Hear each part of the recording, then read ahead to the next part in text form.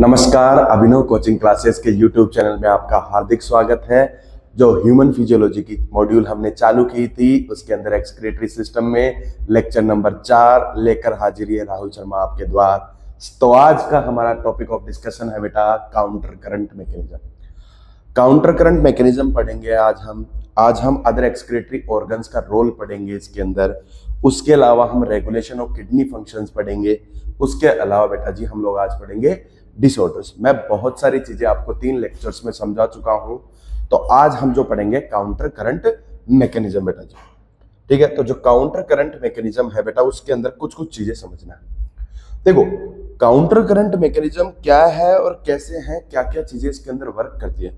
बेटा हुआ क्या कि नॉर्मली देखने पर क्या पता चल रहा है आपको कि एक व्यक्ति है, उसके बॉडी में जो फिल्ट्रेट बन रहा है वो कितना बन रहा है बेटा, 180 लीटर फिल्ट्रेट बन रहा है एक दिन में, और 125 ml फिल्ट्रेट बन रहा है बेटा कितना, एक मिनट में।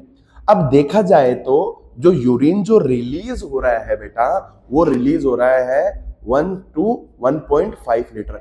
मतलब जो फिल्ट्रेट जो बन रहा है उसकी मात्रा बहुत ज्यादा है, लेकिन जो यूरिन रिलीज हो रहा है उसकी मात्रा क्या है बेटा, उसकी मात्रा क्या है, कम है।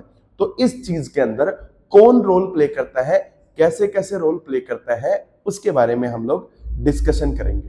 ठीक है, तो क्या डिस्कशन करेंगे बेटा, देखो होता क्या है बेटा, अगर मैं देखो ये स्ट्रक्चर बताऊंगा तुम लोगों को, ये मैं बता चुका था, ये एफरेंट आर्टरियोल, इफरेंट आर्टरियोल, बाउमेंस कैप्सूल था, ग्लोमेरुलस था, ये आपका पीसीटी था, ये आपका लूप ऑफ हेनली, ये डीसीटी था, और ये कलेक्टिंग डक्ट था। ये सारी चीजें मैं समझा चुका हूं। ठीक है, अब होता क्या है बेटा, ब्लड के अंदर जो ब्लड की जो ओस्मोलरिटी होती है, ओस्मोलरिटी का मतलब क्या है कि जो वाटर के रेस्पेक्ट में जो साल्ट है वो कितने हैं, वही ओस्मोलरिटी है। तो जो क्या क्या बता रहा हूं मैं कि जो ब्लड होता है उसकी जो ओस्मोलरिटी होती है बेटा वो कितनी होती है, 300 मिली ओस्मोल पर लीटर। सिमिलरली बात मैंने आपको पहले बताई थी, पिछले लेक्चर में बताई थी कि जो पीसीटी होता है उसकी ओस्मोलरिटी भी कितनी होती है बेटा, 300 मिली ओस्मोल पर लीटर ही होता है। मतलब पीसीटी के अंदर और बाउमेंस कैप्सूल के अंदर और ग्लोमेरुलस के अंदर जो फ्लूइड रहेगा वो क्या रहेगा, ब्लड से आइसोटोनिक रहेगा। लूप ऑफ हेनले पर आने पर वो हाइपरटोनिक हो जाएगा बेटा जी, और आगे कलेक्टिंग डक्ट पे जाने पर भी वो हाइपरटोनिक हो जाएगा, ज्यादा कंसंट्रेटेड हो जाएगा। तो ऐसा हाइपरटोनिक वगैरह का इनका अगर सवाल आए तो आप देख लीजिएगा। दूसरी बात क्या होता है बेटा कि ये जो बाहर है, देखो ये वाली जो स्ट्रक्चर है ये कॉर्टेक्स है, ये वाला जो स्ट्रक्चर है ये आउटर मेडुला है बेटा, और ये वाला है एकदम इनर मेडुला की डेप्थ। जस्ट कल मैंने एक सवाल बताया था तुम्हें कि जो लूप ऑफ हेनले होती है बेटा उसके अंदर जो सबसे ज्यादा जो कंसंट्रेटेड मटेरियल मौजूद होता है, जो कंसंट्रेटेड फिल्ट्रेट रहेगा वो कहां रहेगा बेटा, base of the loop of Henley पर रहेगा। Base of the loop of Henley पर रहेगा तो कितना रहेगा बेटा, 1200 मिली ओस्मोल पर लीटर रहेगा। ठीक है, कहां पर, लूप ऑफ हेनले के बेस पे। अब देखो कॉर्टेक्स में ओस्मोलरिटी कितनी है बेटा, 300 मिली ओस्मोल पर लीटर है। ठीक है, इनर मेडुला में कितनी है, 1200 मिली ओस्मोल पर लीटर है। तो अगर सवाल पूछा जाए कि what is concentration gradient between cortex और इनर मेडुला, तो कॉर्टेक्स और इनर मेडुला के बीच में बेटा अगर कंसंट्रेशन ग्रेडियंट पूछा जाए, कंसंट्रेशन ग्रेडियंट मतलब डिफरेंस, तब तो कितना आएगा आंसर, 900। अगर वो पूछा जाए बेटा कॉर्टेक्स और आउटर मेडुला में कंसंट्रेशन ग्रेडियंट का अंतर पूछा जाए तो बेटा कितना आंसर आएगा, 300 आएगा। ठीक, तो सबसे ज्यादा कंसंट्रेशन, मैं 4 सवाल बता रहा हूं कि सबसे ज्यादा कंसंट्रेशन कहां मिलेगी, लूप ऑफ हेनले के बेस पे मिलेगी, 1200 मिली ओस्मोल पर लीटर।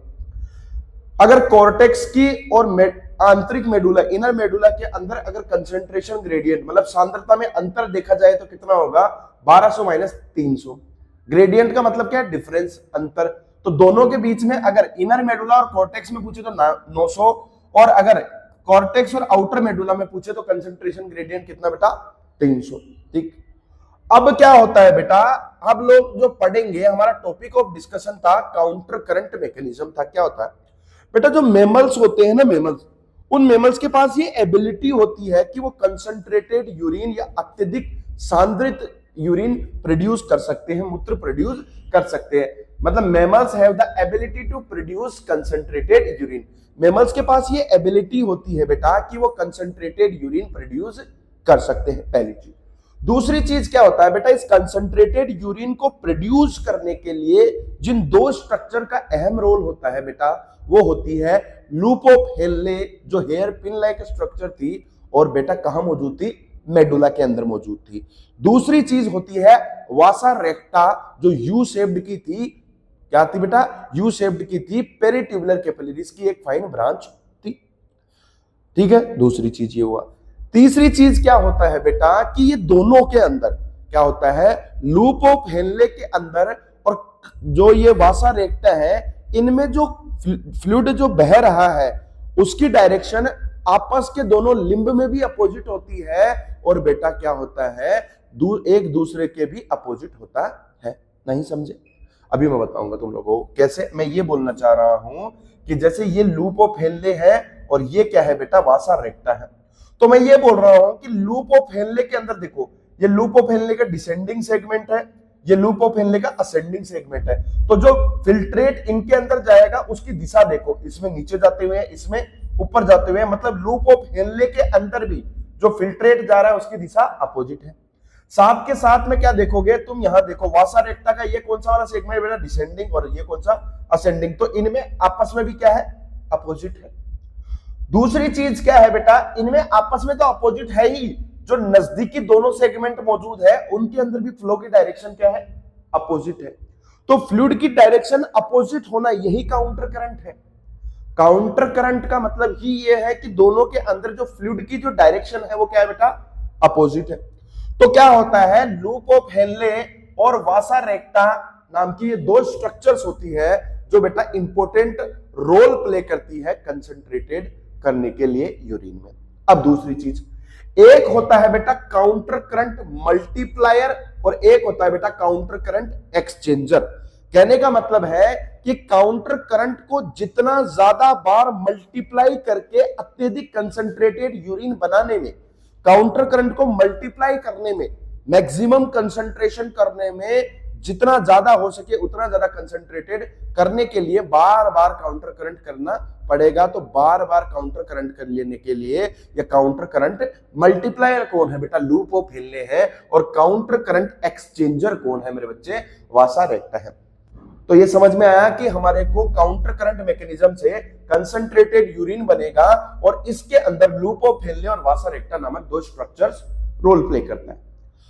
बेटा क्या दोनों के अंदर जो फ्लूइड की डायरेक्शन का अपोजिट होना ही रोल प्ले नहीं करता है, दोनों का पास में होना, मतलब क्या, दोनों के बीच में क्लोज प्रोक्सिमिटी होना, दोनों के बीच में वासा रेक्टा और लूप ऑफ हेनले का पास में होना। क्या बेटा, वासा रेक्टा और लूप ऑफ हेनले का क्या, वासा रेक्टा और लूप ऑफ हेनले का पास में होना एवं उन दोनों के बीच में फ्लूइड की डायरेक्शन का अपोजिट बहना, ये दोनों चीजें रोल प्ले करती है ज्यादा कंसंट्रेटेड यूरिन प्रोड्यूस करने में। ठीक है मेरे बच्चे, तो मैं क्या बोला हूं कि प्रोक्सिमिलिटी, दोनों के बीच में प्रोक्सिमिटी और दोनों के बीच में काउंटर करंट का होना, ये दोनों रोल प्ले करते हैं किसमें, counter current mechanism and proximity between Vasa रेक्टा and loop of Henley, दोनों रोल प्ले करते हैं ज्यादा से ज्यादा कंसंट्रेटेड यूरिन प्रोड्यूस करने में। अब देखो, सबसे पहले हम फ्लो की डायरेक्शन पढ़ते हैं। बेटा ये लूप ऑफ हेनले है, ये लूप ऑफ हेनले का डिसेंडिंग वाला पार्ट है। तो लूप ऑफ हेनले का बेटा, ये जो लूप ऑफ हेनले का जो ये डिसेंडिंग वाला पार्ट है, इसमें जो फ्लूइड, जो फिल्ट्रेट रहेगा उसकी डायरेक्शन नीचे की तरफ रहेगी, और ये लूप ऑफ हेनले का जो असेंडिंग वाला पार्ट है मेरे बच्चे, इसमें जो फिल्ट्रेट की डायरेक्शन रहेगी वो क्या रहेगी, ऊपर की तरफ रहेगी। ये जो लास्ट में इधर वाला जो है, जो वासा रेक्टा है बेटा, ये वासा रेक्टा का नीचे की तरफ, देखो नीचे की तरफ आने वाला डिसेंड करने वाला, ऊपर की तरफ जाने वाला असेंड करने वाला। तो वासा रेक्टा का ये नीचे वाला सेगमेंट है, तो ये कैसा हो गया, डिसेंडिंग पार्ट है। ठीक है, ये कैसा है, असेंडिंग पार्ट है।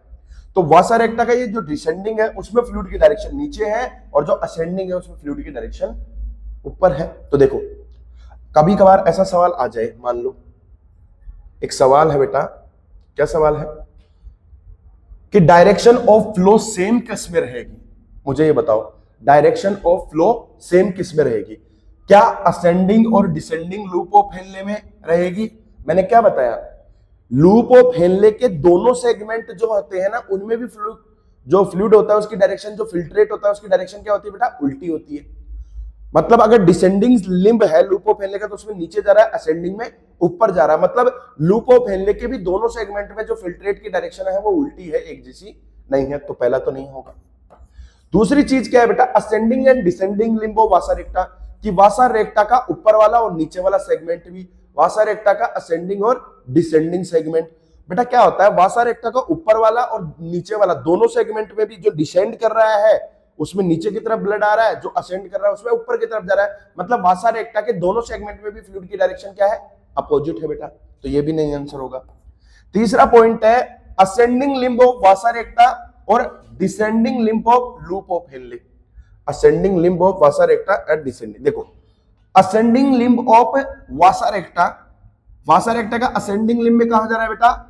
ऊपर जा रहा है। और descending limb of loop of Henley, तो देखो वासा रेक्टा का असेंडिंग लिम्ब और descending limb of loop of Henley, ठीक है। तो देखो क्या है, असेंडिंग लिम्ब ऑफ वासा रेक्टा में ऊपर जा रहा है और डिसेंडिंग लिम्ब में नीचे जा रहा है, तो यहां पर भी सेम नहीं होगा। तो इसका आंसर हो जाएगा नन ऑफ दी अबव, इनमें से कोई भी नहीं है जिनमें फ्लूइड की डायरेक्शन सेम है, ठीक है। तो अगर इसमें एक और ऑप्शन दे देता कि फ्लूइड की डायरेक्शन सेम किसमें है, ascending limb of loop of Henle में और बेटा असेंडिंग लिम्ब ऑफ वासा रेक्टा, देखो यहां पर भी ऊपर है और यहां पर भी ऊपर है, तो ये फ्लूइड की डायरेक्शन वाला सवाल आ जाए तो आप लोग देख लेंगे बेटा। अब देखो क्या है, फ्लूइड की डायरेक्शन वाली बात हो गई, ठीक है। अगली बात आती है बेटा, क्या बोला अभी मैंने बोला कि जो फ्लो ऑफ जो ब्लड है, जो ब्लड का जो फ्लो है दोनों लिम्स में, ठीक है, वासा रेक्टा की दोनों लिम्स में आपस में भी अपोजिट डायरेक्शन में है। फ्लो ऑफ जो फिल्ट्रेट है दोनों लिम्स में, लूप ऑफ हेनले में आपस में भी अपोजिट डायरेक्शन में है, तथा एक दूसरे से भी अपोजिट है, आपस में भी अपोजिट है और एक दूसरे से भी क्या है, एक दूसरे से भी क्या है बेटा? अपोजिट है। दोनों के बीच में प्रोक्सिमिटी का होना और दोनों के बीच में काउंटर करंट मैकेनिज्म का होना कंसंट्रेटेड यूरिन प्रोड्यूस करता है, ठीक है। अब इस काउंटर करंट मैकेनिज्म की वजह से क्या होता है, जो मेडुला वाला जो आंतरिक मेडुला है, इनर मेडुला है, वहां पर जो ऑस्मोलरिटी होती है वो कितनी हो जाती है बेटा? 1200 मिली ऑस्मोल पर लीटर हो जाती है। कितनी हो जाती है? 1200 मिली ऑस्मोल पर लीटर हो जाती है। अभी मैंने बताया तुम लोगों को कि अगर सवाल आ जाए कि कॉर्टेक्स में 300 मिली ऑस्मोल, आउटर मेडुला में कितनी होती है बेटा? 600, इनर मेडुला के बेस के ऊपर कितनी होगी बेटा? 1200 होगी। अगर दोनों में कॉर्टेक्स और आउटर मेडुला में कंसंट्रेशन ग्रेडियंट पूछ लिया, कॉर्टेक्स और आउटर मेडुला में अगर कंसंट्रेशन ग्रेडियंट का मतलब क्या है बेटा? डिफरेंस। तो अगर कंसंट्रेशन ग्रेडियंट पूछ लिया कॉर्टेक्स और आउटर मेडुला में तो कितना हो गया? 300 मिली ऑस्मोल पर लीटर। और अगर कॉर्टेक्स और इनर मेडुला में अगर पूछ लिया कंसंट्रेशन ग्रेडियंट,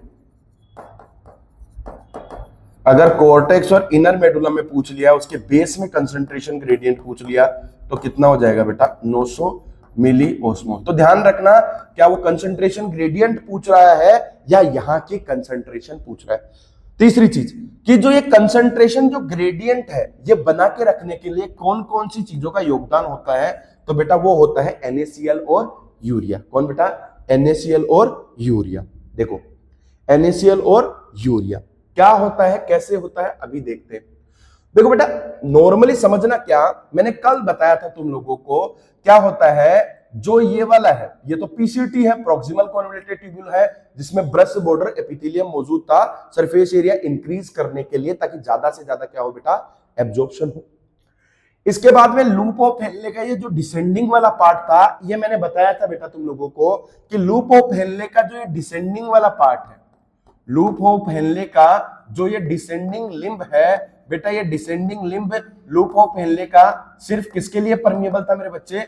वाटर के लिए परमिएबल था। मतलब इसके अंदर से पानी बाहर निकल सकता था, सॉल्ट नहीं। तो वाटर के लिए परमिएबल था और सॉल्ट के लिए क्या था बेटा? इम्परमिएबल था। मतलब अगर इसमें से पानी, ये जो फिल्ट्रेट, देखो यहां पर ये जो ल्यूमन है, ये ल्यूमन है और इसके बाहर कोशिकाएं रहेंगी, ठीक है। ये जो ल्यूमन में जो फिल्ट्रेट जा रहा था उसमें से पानी बाहर निकल गया।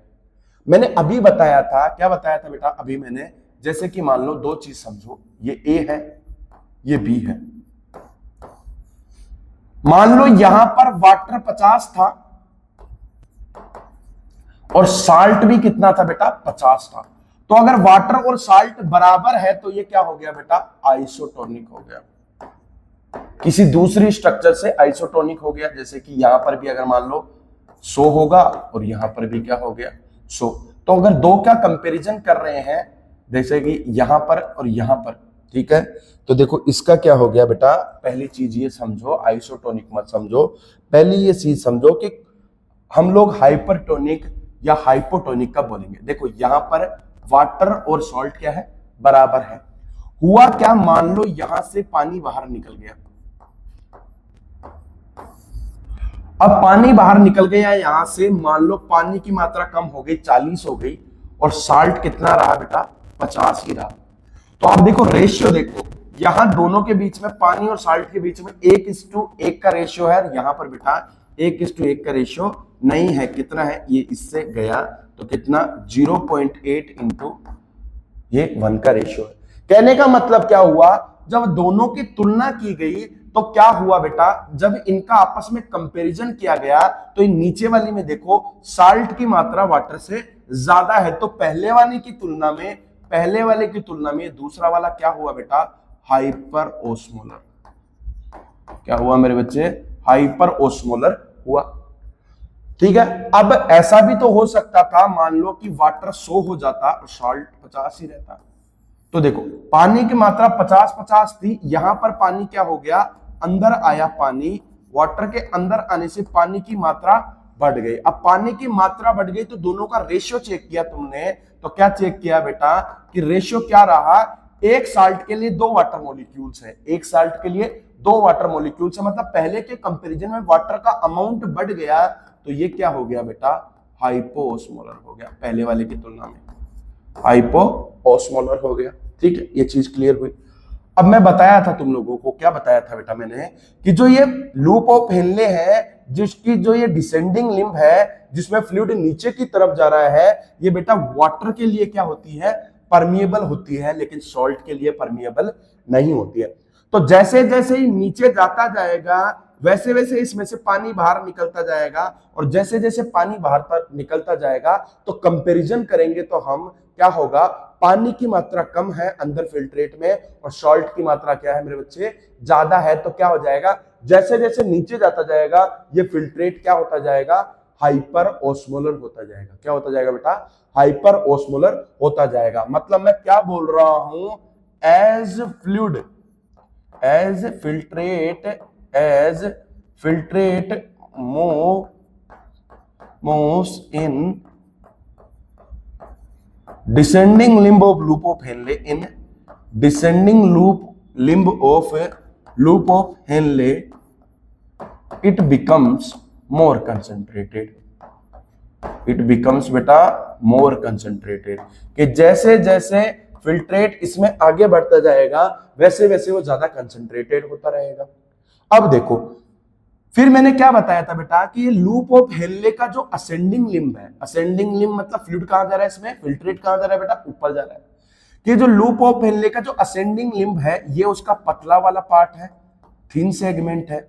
ये इस असेंडिंग लिम्ब का क्या है बेटा, थिक सेगमेंट है। देखो तुम्हारी एनसीईआरटी में भी दे रखा है और मैं भी बता रहा हूं क्या, कि जो असेंडिंग लिम्ब है जिसमें फिल्ट्रेट ऊपर की तरफ जाएगा बेटा, ये जो असेंडिंग लिम्ब है ये इसके जो थिक और थिन सेगमेंट है, किसके मेरे बच्चे, असेंडिंग लिम्ब के।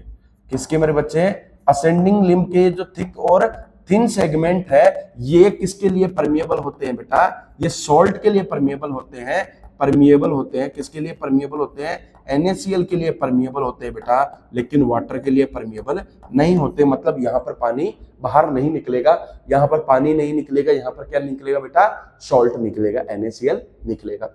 अब तुम्हारी एनसीईआरटी में दे रखा है कि ये NaCl के लिए तो परमिएबल है, लेकिन जो NaCl बाहर निकलेगा यहाँ से इस ascending limb of loop of Henley से बेटा, वो एक्टिवली भी निकल सकता है और पैसिवली भी निकल सकता है।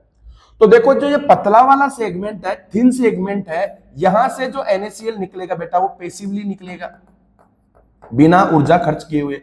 और जो आपका ये थिक सेगमेंट है बेटा, इस थिक सेगमेंट से कैसे निकलेगा बेटा, वो एनर्जी खर्च करते हुए एक्टिवली निकलेगा।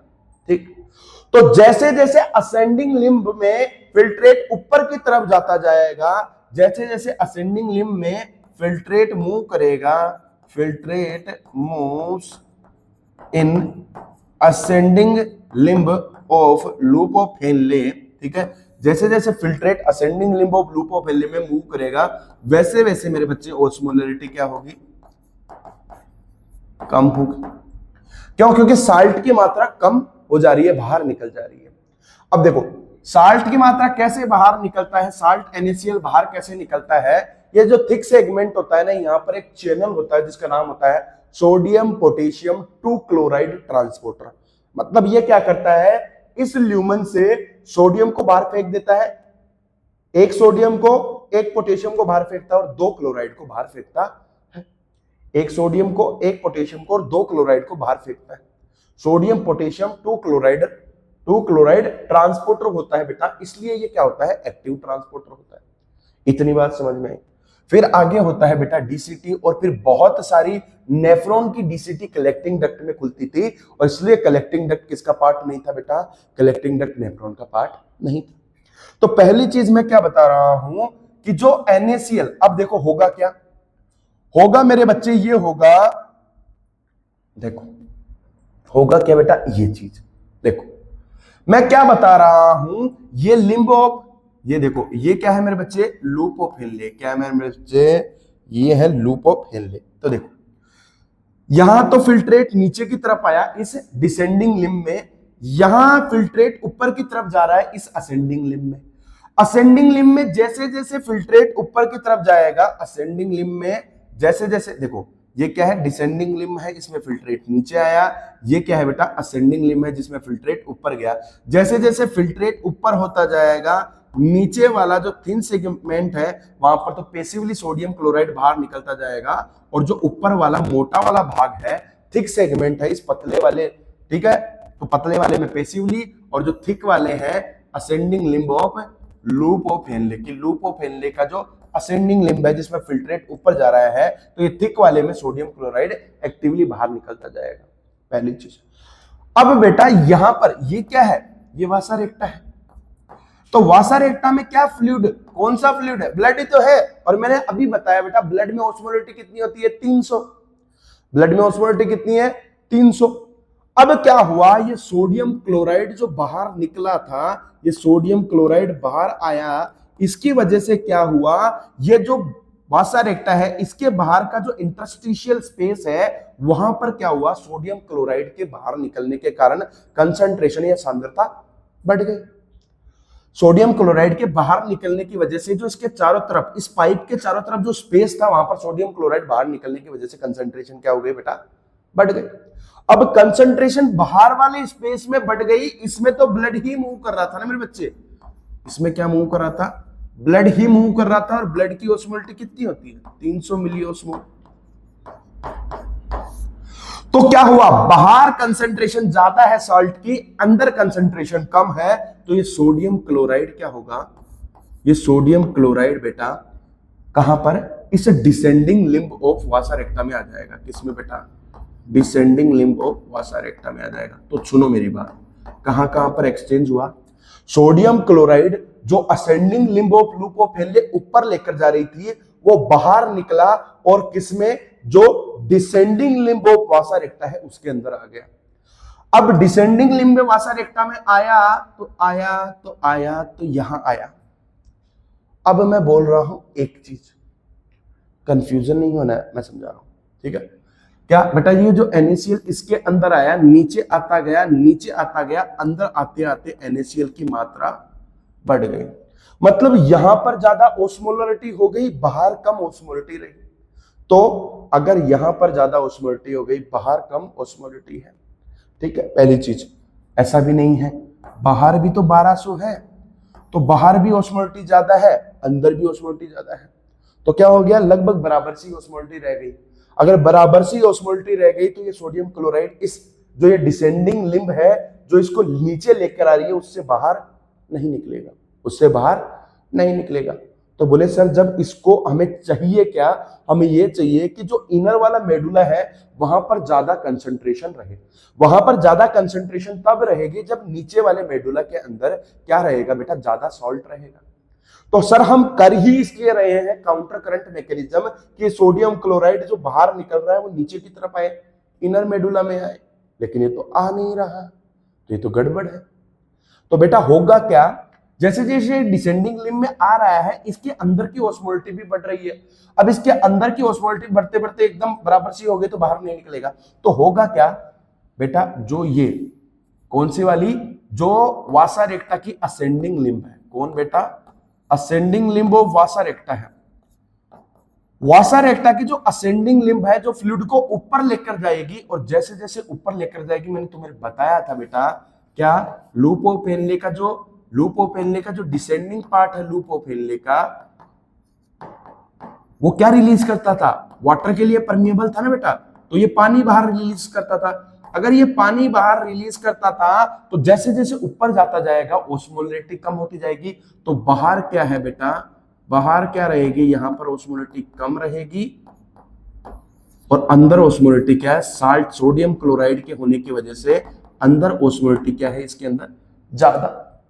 तो अंदर ओस्मोलैरिटी ज्यादा है क्योंकि ये इधर से साल्ट लेकर आया था और ये यहां से वाटर निकल रहा था, इसलिए बाहर ओस्मोलैरिटी कम है। तो क्या होगा, अंदर जो ज्यादा ओस्मोलैरिटी है सोडियम क्लोराइड की, अंदर ज्यादा कंसेंट्रेशन है, वो सोडियम क्लोराइड क्या हो जाएगा, बाहर आ जाएगा। तो बेटा क्या हुआ कि जो sodium chloride ascending limb of loop of Henley जो सोडियम क्लोराइड को ऊपर लेके जा रही थी, वो एक्सचेंज हुआ किसके साथ, डिसेंडिंग लिम्ब ऑफ वासा रेक्टा के द्वारा। सुनना मेरी बात, क्या बोल रहा हूं मैं, ascending limb of loop of Henley जिस सोडियम क्लोराइड को ऊपर लेके जा रही थी वो यहां से बाहर निकला। Ascending limb of loop of Henley से सोडियम क्लोराइड बाहर निकला, वो किसके अंदर गया बेटा, डिसेंडिंग लिम्ब ऑफ वासा रेक्टा के अंदर गया।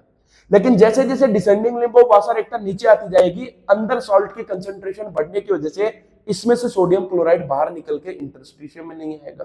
क्या होगा बेटा, फिर क्या होगा, जो असेंडिंग लिम्ब ऑफ वासा रेक्टा है जो ऊपर की तरफ फ्लूइड को लेके जा रही थी, उसके चारों तरफ क्या, descending part of loop of Henle के द्वारा वाटर बाहर निकलने के कारण ओस्मोलिटी बाहर कम रही, और अंदर सॉल्ट आया था इसलिए ओस्मोलिटी ज्यादा रही, इसलिए NaCl क्या निकल जाएगा, बाहर निकल जाएगा, और NaCl बाहर निकल के कहा, मेडुला में आ जाएगा, जिसकी वजह से क्या हो जाएगी, ओस्मोलिटी और कंसंट्रेशन बढ़ जाएगी। तो मैं यही बता रहा हूं। पहली पार्ट क्या बताया बेटा मैंने, पहला पार्ट मैंने यही बताया, ठीक है, देखो पहले क्या बताया मैंने कि NaCl इज ट्रांसपोर्टेड बाय, क्या, NaCl is transported by the ascending limb of loop of Henley, कि लूप ऑफ हेनले का जो असेंडिंग लिम्ब के द्वारा जो ऊपर जा रहा था NaCl, वो एक्सचेंज हुआ किसके साथ, जो वासा रेक्टा का नीचे की तरफ आ रहा था, डिसेंडिंग लिम्ब ऑफ वासा रेक्टा के साथ। फिर क्या हुआ बेटा, NaCl वापस रिटर्न आया इंटरस्टिशियम में, किसके द्वारा, जो वासा रेक्टा का ऊपर वाला भाग था, असेंडिंग पोर्शन था वासा रेक्टा का, उसके द्वारा कहां आया, इंटरस्टिशियम में आया। पहली चीज क्लियर बेटा। दूसरी चीज क्या, दूसरी चीज ये है बेटा, दूसरा जो पॉइंट है कंसंट्रेशन के प्रति, दूसरा पॉइंट है यहां पर। पहला पॉइंट क्या, पहला पॉइंट क्लियर हो गया बेटा, पहला पॉइंट ये हो गया, दूसरा पॉइंट ये हो गया। दूसरा पॉइंट क्या बता रहा हूं बेटा, कि कुछ मात्रा में यूरिया किसमें एंटर करता है। देखो मैंने पहले ही बताया था तुम लोगों को क्या, कि जो भी नाइट्रोजनस वेस्ट बनते हैं वो हमारी बॉडी के लिए टॉक्सिक है, तो उनको बाहर निकलना हमारे को बहुत ज्यादा जरूरी है। अब वो बॉडी के बाहर निकालना बहुत ज्यादा जरूरी है, लेकिन मैंने बताया था वो पार्शियली भी निकाल सकते हैं या कंप्लीटली भी निकाल सकते हैं। अब जो यूरिया है बॉडी के लिए कुछ समय थोड़ा बहुत जरूरी होता है, इसलिए उसको पूरा का पूरा बाहर नहीं निकाला जाता, तो वो यूरिया यहां काम आता है। क्या, स्मॉल अमाउंट, ध्यान रखना ज्यादा नहीं, थोड़ी सी मात्रा में यूरिया क्या होता है, जो थोड़ी सी मात्रा में यूरिया क्या होता है बेटा, जो ये लूप ऑफ हेनले है, कौन सी बेटा, लूप ऑफ हेनले है, इसकी असेंडिंग लिम्ब का जो पतला वाला भाग है, असेंडिंग लिम्ब का जो थिन सेगमेंट है, वहां पर एंटर करता है, जो कहां से आता है। अब यूरिया आ गया, सॉल्ट आ गया, तो ज्यादा कंसंट्रेटेड रहता है, तो यूरिया वहां आता है, ठीक है। तो क्या हो गया बेटा, थोड़ी सी मात्रा में यूरिया क्या यहाँ रहता है और वो यूरिया यहाँ पर आएगा, यहाँ से इधर जाएगा और कलेक्टिंग डक्ट के द्वारा वो वापस आ जाएगा। और वो वापस आ जाएगा यहाँ पर यूरिया। देखो क्या हुआ, थोड़ी सी मात्रा में थोड़ी सी मात्रा में बेटा मैं बोल रहा हूं कि थोड़ी सी मात्रा में यूरिया एंटर किया इस पतले वाले सेगमेंट में, अंदर साल्ट की मात्रा ज्यादा हुई। अब ये जो असेंडिंग लिंथ है इसको आगे लेके जा रहा था, आगे लेकर गया, फिर कलेक्टिंग डक्ट, बहुत सारी कलेक्टिंग डक्ट ठीक है डक्टोबेलेनी बनाती है, लेकिन बहुत सारी डीसीटी कलेक्टिंग डक्ट में खुलती है। अब यहां पर कलेक्टिंग डक्ट का क्या हुआ, कलेक्टिंग डक्ट से ये यूरिया क्या निकलेगा बेटा, बाहर आ गया। तो जो थोड़ा सा मात्रा में यूरिया जो यहां एंटर किया था वो वापस कहां आ गया, मेडुला के अंदर आ गया। मेडुला के अंदर आ गया तो मेडुला में NaCl भी आ गया और यूरिया भी आ गया। तो दोनों केमिकल के ज्यादा होने की वजह से मेडुला में साल्ट की अमाउंट क्या हो जाती है बेटा, ज्यादा हो जाती है। इसलिए हाइपर कंसंट्रेटेड या हाइपर ओस्मोलर प्रोड्यूस होता है क्या, फिल्ट्रेट। यहां पर तो क्या बोला मैंने, small amount of urea enter करेगा किसमें बेटा, थिन सेगमेंट में, किसके, असेंडिंग लिम्फ के, लूप ऑफ हेनले के असेंडिंग लिम्फ में। फिर वो transported back to the interstitium के द्वारा वापस कलेक्टिंग डक्ट में, इंटरस्टिशियम में वापस आ जाएगा कलेक्टिंग डक्ट के द्वारा। किसमें आ जाएगा, वापस आ जाएगा। जैसे क्या कि यूरिया क्या था, ये जो पतला वाला सेगमेंट था, थिन सेगमेंट था बेटा, इस थिन सेगमेंट के अंदर एंटर करता है यूरिया जो बाहर मौजूद था।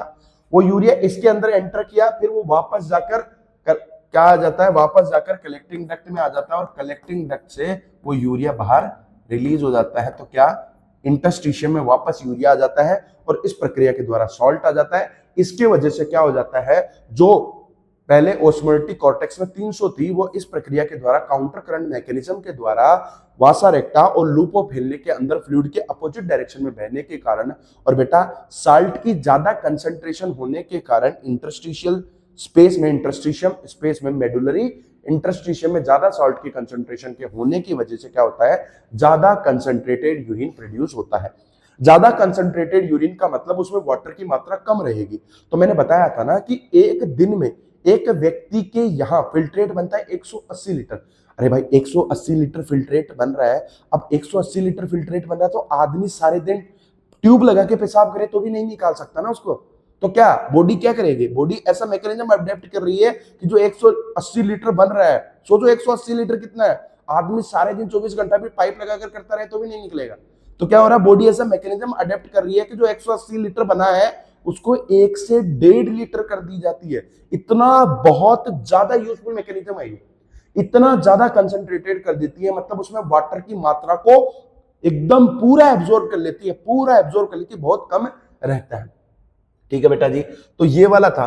तो अब इसकी वजह से क्या होगा, इस काउंटर करंट मैकेनिज्म की वजह से due to this concentration gradient, जो ये कंसंट्रेशन ग्रेडियंट बना, क्या बेटा, ये जो कंसंट्रेशन ग्रेडियंट बना, इसकी वजह से क्या था, कलेक्टिंग डक्ट से फ्लूइड बाहर आता है और जो यूरिन था वो अल्टीमेटली कंसंट्रेटेड हो जाता है।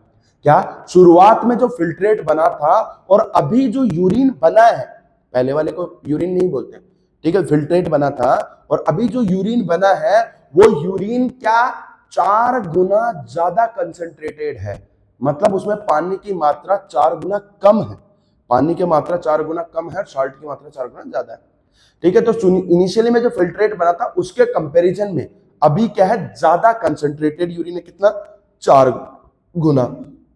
दूसरी बात, एक सवाल है बेटा कि जो फाइनल कंसंट्रेटेड यूरिन है, जो अंतिम जो कंसंट्रेटेड यूरिन है वो कहां प्रोड्यूस होता है, final concentrated urine is produced in the collecting duct में प्रोड्यूस होता है। तो लूप ऑफ हेनले और वासा रेक्टा का रोल होता है, सोडियम क्लोराइड और यूरिया का रोल होता है, 4 टाइम ज्यादा कंसंट्रेटेड यूरिन प्रोड्यूस होता है इस मैकेनिज्म के द्वारा, काउंटर करंट मैकेनिज्म के द्वारा। ठीक है, तो बेटा मैं एक बार थोड़ा सा साइड में हट जाता हूं, तुम लोग इसको नोट डाउन कर लो। ठीक है, थोड़ा सा मैं इसको साइड में हट जा रहा हूं, तुम लोग इसको नोट डाउन कर लो एक बार। ठीक है, ठीक है,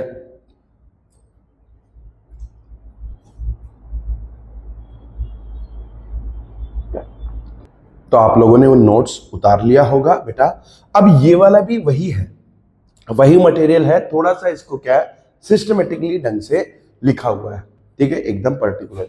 तो इसको तुम लोग ठीक है, नोट कर लेना। अब देखो यहां वही बताया गया है, काउंटर करंट मैकेनिज्म क्या है, जो डिसेंडिंग लिम्ब है वासा रेक्टा की, ठीक है, एक डिसेंडिंग लिम्ब है, एक असेंडिंग लिम्ब है। असेंडिंग लिम्ब में ऊपर की तरफ फ्लूइड है, डिसेंडिंग लिम्ब में नीचे की तरफ फ्लूइड बह रहा है, ब्लड बह रहा है। तो फ्लो ऑफ ब्लड जो दो लिम्ब्स होती है वासा रेक्टा, उनमें अपोजिट डायरेक्शन में होता है बेटा। सिमिलरली यहां पर क्या बोल रहा है कि जो लूप ऑफ हेनले है उसका जो डिसेंडिंग लिम्ब है उसमें नीचे की तरफ, असेंडिंग लिम्ब में ऊपर की तरफ। तो फ्लो ऑफ नेफ्रिक जो फिल्ट्रेट है, दोनों limbs, two limbs of loop of Henle में भी क्या है बेटा, अपोजिट डायरेक्शन में है। तो दोनों के बीच में काउंटर करंट मैकेनिज्म का होना और दोनों के बीच में क्लोज प्रोक्सिमिटी का होना, ठीक है, ये क्या करता है, ज्यादा इंक्रीज ऑस्मोलिटी बना के रखता है कहां पर, मेडुलरी इंटरस्टिशियम में, जिसकी वजह से कंसंट्रेटेड यूरिन बनता है।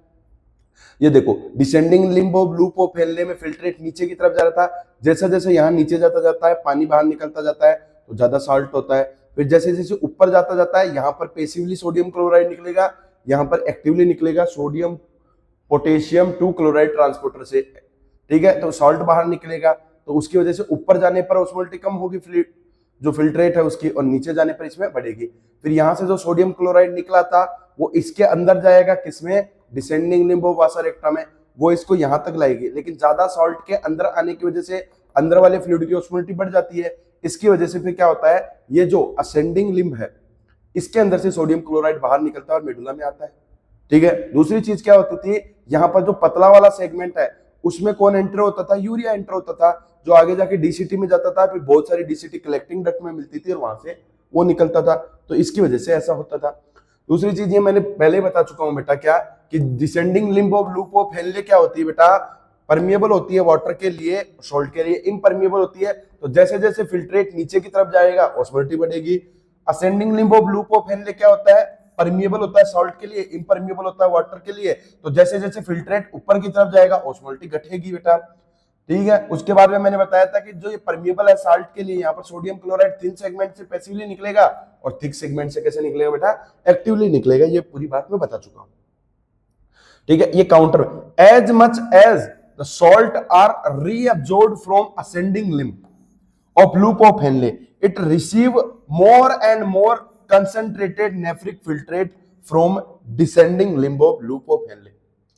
क्या बोल रहा है, as much as salt are reabsorbed from ascending limb of loop of Henle, जितना ज्यादा सॉल्ट यहां से बाहर निकाला जाएगा, रीअब्सॉर्ब्ड कराया जाएगा।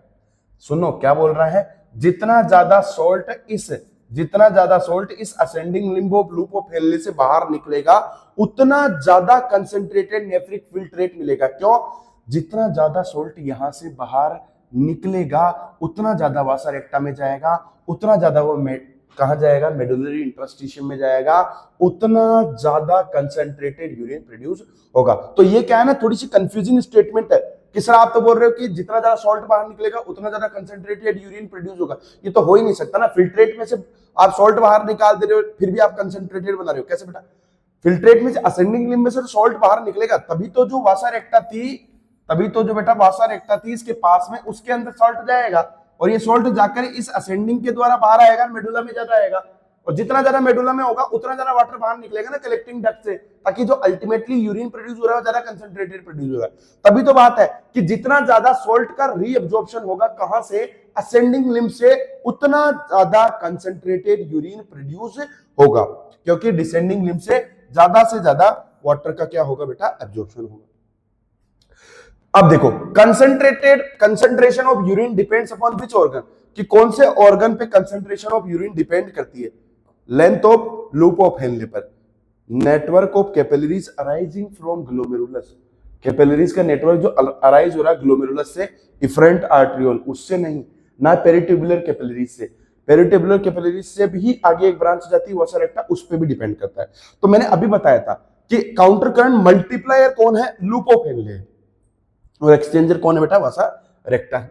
Next, regulation of kidney function, कि अपन ने ये तो बात कर लिया कि ऐसा हो रहा है वैसा हो रहा है, अब हम बात करते हैं रेगुलेशन ऑफ किडनी फंक्शन। किसकी बात करते हैं मेरे बच्चे, रेगुलेशन ऑफ किडनी फंक्शन की बात करते हैं।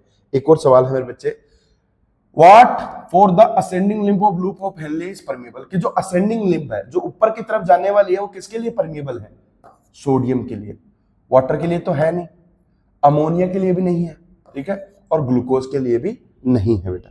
ठीक है। अब हम लोग पढ़ेंगे रेगुलेशन ऑफ किडनी फंक्शन। तो किडनी फंक्शन का रेगुलेशन वाला जो टॉपिक पढ़ेंगे उसमें तुम्हें को ये जो एक फ्लो चार्ट याद रखना है बेटा। एक बात बताना चाहता हूं मैं तुम लोगों को कि जो किडनी फंक्शन का जो फ्लो चार्ट है, ठीक है, रेगुलेशन ऑफ किडनी है, उस किडनी के रेगुलेशन में किस किस का योगदान होता है। देखो, किडनी फंक्शंस के रेगुलेशन में 3 चीजों का रोल होता है। एक जीजे अपरेटस का रोल होता है, एक हाइपोथैलेमस का रोल होता है बेटा, और एक क्या होता है, हार्ट का रोल होता है। कैसे कैसे रोल होता है अभी बताते हैं। तो सबसे पहले तुम लोगों को मैंने बताया था कि RENIN is hormone and RENNIN is enzyme that digests milk protein casein in the adult. Not in adult, it is in child, because in adult milk protein casein is digested by HCl. ठीक है बेटा। अब हम लोग पढ़ेंगे जो regulation of kidney function है, उसमें पढ़ेंगे बेटा रेनिन एंजियोटेंसिन एल्डोस्टेरोन सिस्टम, जिसको शॉर्ट में बोला जाता है रास। क्या होता है ना, ये रास क्यों होता है? देखो बेटा, ये रास इसलिए होता है क्योंकि बॉडी में कुछ ऐसा होता है जो किडनी को रास नहीं आता है, मतलब किडनी को पसंद नहीं आता है। तो किडनी को ऐसा रास नहीं आता है, इसलिए रास होता है। ठीक है, सुनो मेरी बात, कैसे होता है बेटा। मान लो किसी कारण की वजह से बॉडी के अंदर ब्लड प्रेशर कम हो गया, या बॉडी के अंदर जो ब्लड वॉल्यूम है वो कम हो गई। अब बेटा अगर ब्लड वॉल्यूम कम हो गई और ब्लड प्रेशर कम हो गया, ब्लड पंप कौन कर रहा था? हार्ट पंप कर रहा था ना बेटा। अगर ब्लड वॉल्यूम ही कम हो गई तो किडनी के पास जो ब्लड आएगा, रीनल ब्लड फ्लो, वो भी कम होगा।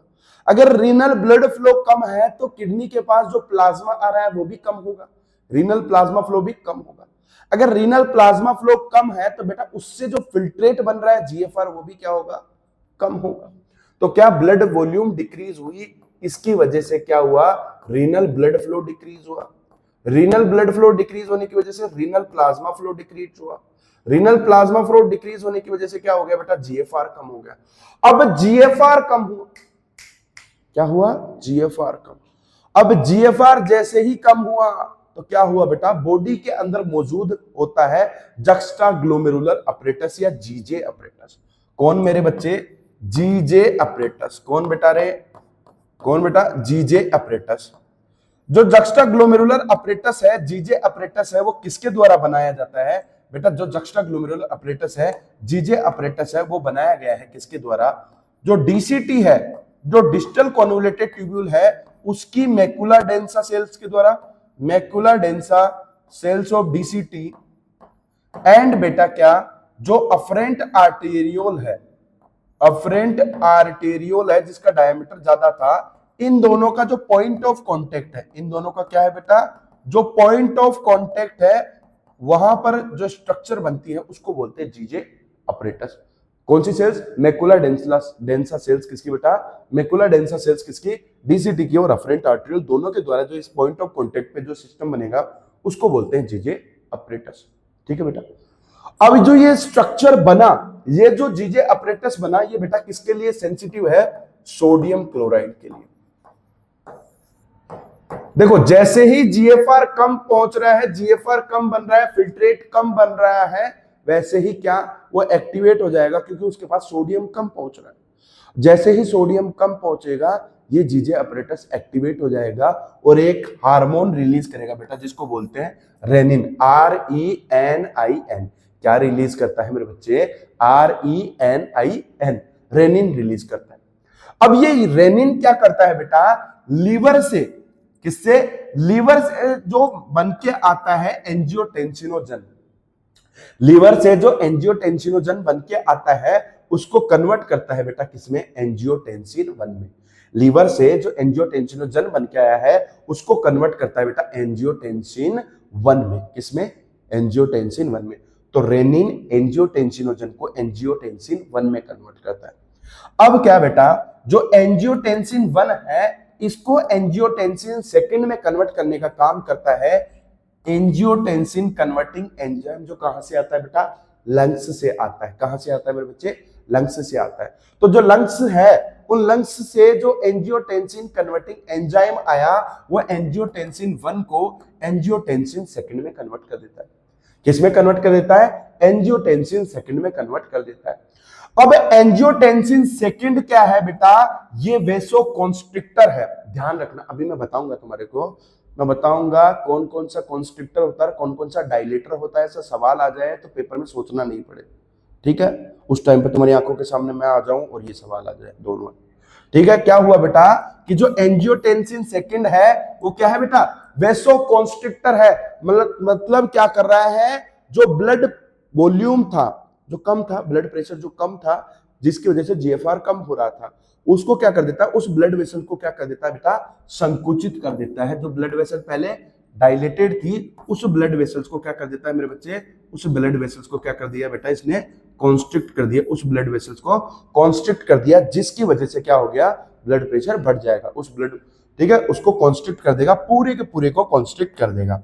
ठीक है, अब ये उसको कॉन्स्ट्रिक्ट कर देगा तो क्या हो जाएगा बेटा? ब्लड प्रेशर बढ़ जाएगा और वापस जीएफआर वापस इंक्रीज हो जाएगा। पहली चीज तो ये कि ये वेसोकॉन्स्ट्रिक्टर होता है, एक बहुत अच्छा पोटेंट वेसोकॉन्स्ट्रिक्टर होता है। डायरेक्ट ये कार्डियोवैस्कुलर सिस्टम पर एक्ट करके कर सकता है, ब्लड वेसल्स को कॉन्स्ट्रिक्ट करवा के ऐसे कर सकता है। दूसरी चीज क्या कर सकता है बेटा? ये जो एंजियोटेंसिन सेकंड है, ये जाता है एड्रिनल कॉर्टेक्स के पास। किसके पास जाता है बेटा? एड्रिनल कॉर्टेक्स के पास जाता है। और एड्रिनल कॉर्टेक्स के अंदर, एड्रिनल कॉर्टेक्स के पास जाता है बेटा, और वहां से रिलीज करवाता है एल्डोस्टेरोन, रिलीज करवाता है, जो एक स्टेरॉइडल हार्मोन होता है एड्रिनल कॉर्टेक्स के बारे में। अब एड्रिनल कॉर्टेक्स से एल्डोस्टेरोन रिलीज करवाता है, जिसको जो क्या होता है बेटा? मिनरलोकॉर्टिकॉइड। मतलब इसका काम है क्या? बना के रखना, मिनरल्स को, वॉल्यूम को मैनेज करके रखना। वो क्या करवाता है? ये एल्डोस्टेरोन क्या करवाता है बेटा? ये रीअब्जॉर्प्शन करवाता है वाटर का और सोल्ट, सोडियम का। कहां से? नेफ्रॉन से करवाता है, मतलब डिस्टल पार्ट से करवाता है। ये डीसीटी पर जाकर एक्ट करता है। अब ये क्या करवाया? एल्डोस्टेरोन ने क्या करवाया? वाटर का रीअब्जॉर्प्शन कर लिया। तो पहली बात तो क्या हुआ? वाटर का रीअब्जॉर्प्शन, वाटर आ गया, वापस फ्लूइड आ गया, तो वॉल्यूम वापस रिस्टोर हो जाएगी। दूसरी बात कर दिया, सोल्ट भी लाया, सोल्ट लाया तो पहली बात तो क्या आया था? वाटर लाने की वजह से ब्लड की वॉल्यूम रिस्टोर होगी। अगर ब्लड की वॉल्यूम रिस्टोर हो जाएगी तो ब्लड का प्रेशर भी क्या हो जाएगा बेटा? रिस्टोर। ब्लड प्रेशर किससे लगा रहा है? ब्लड से ही लगा रहा है ना बेटा। अगर ब्लड ही नहीं है तो प्रेशर किस चीज का? तो ब्लड वॉल्यूम, ब्लड वापस आ गया, वाटर वापस आ गया, तो क्या हो गया? ये प्रेशर वापस रिस्टोर हो गया। साथ में सोडियम भी क्या होता है? सोडियम भी क्या करता है? ब्लड प्रेशर को बढ़ाता है। तो वाटर के वापस रीअब्जॉर्प्शन होने की वजह से और सोडियम के होने की वजह से क्या हो जाता है? क्या हो गया यहाँ पर? डिस्टल पार्ट से क्या हो गया बेटा? वापस ब्लड प्रेशर बढ़ जाएगा, तो जीएफआर बढ़ जाएगा। तीसरी चीज क्या होता है? हाइपोथैलेमस भी इसके साथ एक्ट करता है, आगे देखेंगे। तो क्या ये रेनिन एंजियोटेंसिन, ठीक है, क्या बेटा? रेनिन एंजियोटेंसिनोजन जो एल्डोस्टेरोन सिस्टम है, जो रास है, तो किडनी का ये रास मैकेनिज्म क्यों होता है? क्योंकि किडनी को कुछ रास नहीं आता है। क्या रास नहीं आता है किडनी को? कि किडनी का जब ब्लड प्रेशर, जीएफआर घटता है, तो उसकी वजह से क्या? जीएफआर के घटने की वजह से किडनी को रास को एक्टिवेट करना पड़ता है। ठीक है, तो इस रास सिस्टम की वजह से क्या हो जाता है? रास सिस्टम में क्या? इसके वेसोकॉन्स्ट्रिक्टिव इफेक्ट की वजह से और एड्रिनल कॉर्टेक्स से एल्डोस्टेरोन के रिलीज होने की वजह से ब्लड प्रेशर वापस बढ़ जाता है। हाइपोथैलेमस इसमें साथ में कंट्रीब्यूट करता है, अभी देखते हैं। तो बेटा ध्यान रखना, इसको नोट डाउन कर लेना। लीवर से निकलता है एंजियोटेंसिनोजन, लंग्स से निकलता है एसीई, और रेनिन कहां से निकलता है बेटा? जीजे अपरेटस से निकलता है। एंजियोटेंसिन सेकंड क्या है? वेसोकॉन्स्ट्रिक्टर है। कौन सा हार्मोन और रिलीज करवाता है? एल्डोस्टेरोन या मिनरलोकॉर्टिकॉइड रिलीज करवाता है। इसको लिख लो बेटा, लिख लिया होगा आपने। अब लिख लिया तो इसके बाद में एक और चीज है बेटा, क्या? अगर मान लो ये वाला रेनिन जो एल्डोस्टेरोन वाला जो मैकेनिज्म है, रास जो मैकेनिज्म अगर काम करता गया, अगर ये काम करता ही जाएगा तो बॉडी में बहुत ज्यादा ब्लड वॉल्यूम हो जाएगी, बहुत ज्यादा फ्लूइड वॉल्यूम हो जाएगी। अगर ऐसा होता गया तो क्या होगा? दिक्कत होगी। तो बेटा क्या होगा? जब ब्लड वॉल्यूम ज्यादा होगी और वो ब्लड वॉल्यूम, अगर जीएफआर, देखो, अगर ब्लड प्रेशर क्या होता जाएगा? बढ़ता जाएगा। अगर ये जो रास है वो ज्यादा काम करेगा तो क्या हो जाएगा? ब्लड प्रेशर बढ़ता जाएगा। ब्लड प्रेशर बढ़ता जाएगा, और ये ब्लड प्रेशर जब ज्यादा, ब्लड प्रेशर कहां जाएगा? हार्ट के पास जाएगा। कहां पर? हृदय के पास जाएगा। तो हृदय के पास जाएगा तो क्या होता है? हृदय का जो आलिंद होता है, जो एट्रिया होता है बेटा, उस एट्रिया के पास एक हार्मोन उस एट्रिया से निकलता है एएनएफ हार्मोन। पहली बात तो ये ध्यान रखना, कहां से निकलता है? आलिंद से निकलता है, वेंट्रिकल से नहीं, एट्रिया से निकल रहा है। नाम क्या है? एएनएफ। फुल फॉर्म याद रखना क्या? एट्रियल। कहां से निकल रहा है? हार्ट के एट्रिया से निकल रहा है। नेट्रीयूरेटिक फैक्टर कब? जब सोडियम, ठीक है, कब निकल रहा है बेटा? ठीक है, नेट्रीयूरेटिक फैक्टर यूरिन के कारण निकल रहा है, ठीक है, सोडियम का कुछ रिलेशन के कारण। कैसे? जब जीएफआर का रेगुलेशन वगैरह कर रहा था तो तब, ठीक है। दूसरी बात क्या है बेटा? हार्मोन। अब ये क्या करवाता है? एएनएफ क्या होता है बेटा? वेसोडाइलेटर होता है। एएनएफ क्या करवाता है? वेसोडाइलेटर। तो जो वेसो कॉन्स्ट्रिक्टर था कौन? एंजियोटेंसिन सेकेंड, जिसने ब्लड वेसल्स को कॉन्स्ट्रिक्ट किया था, जिसकी वजह से ब्लड प्रेशर बढ़ा था, जीएफआर बढ़ा था। इसने क्या कर दिया? उसको क्या कर दिया? वापस डायलेट कर दिया। क्यों? क्योंकि अगर ज्यादा हो जाता है तो क्या हो जाता है? हार्ट के ऊपर प्रीलोड बढ़ता है तो दिक्कतें होती। तो क्या कर दिया इसने? वापस उसको डायलेट कर दिया। मतलब ये क्या कर रहा है? जो रास ने मैकेनिज्म ने जो किया था उसको चेक कर रहा है कि अगर रास के ज्यादा एक्टिवेशन की वजह से अगर ब्लड वॉल्यूम बहुत ज्यादा बढ़ गया या बहुत ज्यादा ब्लड प्रेशर बढ़ जाएगा तो उसकी वजह से दिक्कतें होंगी, तो उसके ऊपर चेक, उसके ऊपर ध्यान रख रहा है। तो इसलिए बोला जाता है बेटा कि जो एएनएफ होता है वो क्या करता है? चेक ऑन रास, कि रास का ध्यान रखता है, रास के ऊपर नियंत्रण रखता है, उसका कंट्रोल करता है, और इसकी वजह से ये क्या करता है? वेसोडाइलेटर है। अब इसने ब्लड वेसल को वापस डायलेट कर दिया तो क्या हो जाएगा? ब्लड प्रेशर कम हो जाएगा। डिक्रीज, दूसरी चीज क्या करवाता है? ये डिक्रीज करवाता है किसको? Reabsorption of sodium from DCT and collecting duct. जो कौन कर रहा था? एल्डोस्टेरोन जो काम कर रहा था ना, क्या कर रहा था? रीअब्जॉर्प्शन कर रहा था, जिसकी वजह से क्या था? ब्लड प्रेशर बढ़ रहा था साथ में वाटर के कारण, वाटर और सोडियम के कारण। तो पहली बात तो ये वेसोडाइलेटर है तो डायलेट कर दिया तो ब्लड प्रेशर उसकी वजह से कम हुआ। दूसरी चीज क्या था? जो कौन काम कर रहा था? जो एल्डोस्टेरोन काम करवा रहा था सोडियम का एब्जॉर्प्शन, उस सोडियम के एब्जॉर्प्शन को भी क्या कर रहा है? डिक्रीज कर रहा है। कहां से? डीसीटी और कलेक्टिंग डक्ट से। ये डिक्रीज होने की वजह से सोडियम क्या हुआ? सोडियम यूरिन में ज्यादा हो गया और ब्लड में कम हो गया। सोडियम यूरिन में ज्यादा है और ब्लड में कम है, क्योंकि क्या कर रहा है? ये एब्जॉर्प्शन को डिक्रीज कर रहा है ना, यूरिन से एब्जॉर्ब ही नहीं रहा तो यूरिन में ज्यादा रहा। तो ये क्या करवा देता है? सोडियम को इंक्रीज करता है यूरिन में, जबकि एल्डोस्टेरोन क्या कर रहा था? सोडियम को डिक्रीज कर रहा था यूरिन में और ब्लड में इंक्रीज कर रहा था। ठीक है, तो ये चीज हो गई। ठीक है, अब इसकी वजह से क्या होगा बेटा? ब्लड प्रेशर डिक्रीज होगा। अब दूसरी चीज क्या बेटा? ये वाली बात देखो, अभी मैंने बताया कि एल्डोस्टेरोन क्या कर रहा था? यूरिन से जो डिस्टल पार्ट्स थे वहां से क्या करवा रहा था? सोडियम का रीअब्जॉर्प्शन करवा रहा था। तो वो रीअब्जॉर्प्शन होकर सोडियम कहां जाएगा? ब्लड में जाएगा। मतलब ये क्या? ब्लड में सोडियम को बढ़ा रहा है। दूसरी चीज क्या कर रहा था? ये रीअब्जॉर्प्शन ऑफ सोडियम कर रहा था फ्रॉम डीसीटी और कलेक्टिंग डक्ट के पार्ट से कर रहा था, नेफ्रॉन से और कलेक्टिंग डक्ट से पार्ट से रीअब्जॉर्प्शन कर रहा था। मतलब जैसे कि ये ल्यूमन है और इसके बाहर कोशिकाएं रहती है, तो क्या कर रहा है ये? इस ल्यूमन से जिसमें फिल्ट्रेट बह रहा है, इस ल्यूमन से जिसमें फिल्ट्रेट बह रहा है, वहां से क्या सोडियम को बाहर निकालता है और सेल के अंदर बढ़ा देता है। फिर वो कहां जाता है? फिर वो ब्लड में चला जाता है। तो क्या कर रहा है ये? यूरिन में देखो, यहां पर जो फिल्ट्रेट है जो आगे जाके यूरिन बनेगा, उस फिल्ट्रेट में तो सोडियम को कम कर रहा है और ब्लड में सोडियम को बढ़ा दे रहा है। कैसे? फिल्ट्रेट से सोडियम का रीअब्जॉर्प्शन करवा के। कौन? ये काम कौन कर रहा है? एल्डोस्टेरोन। तो डिक्रीज कर रहा है सोडियम को यूरिन में। तीसरी बात क्या है बेटा? कि जो एएनएफ है वो क्या कर रहा है? एएनएफ क्या कर रहा है? एएनएफ बेटा पहली बात तो क्या है? एएनएफ क्या कर रहा था? ये सोडियम का जो एब्जॉर्प्शन हो रहा था डीसीटी और कलेक्टिंग डक्ट पे, ठीक है, इस एब्जॉर्प्शन को डिक्रीज कर देता है।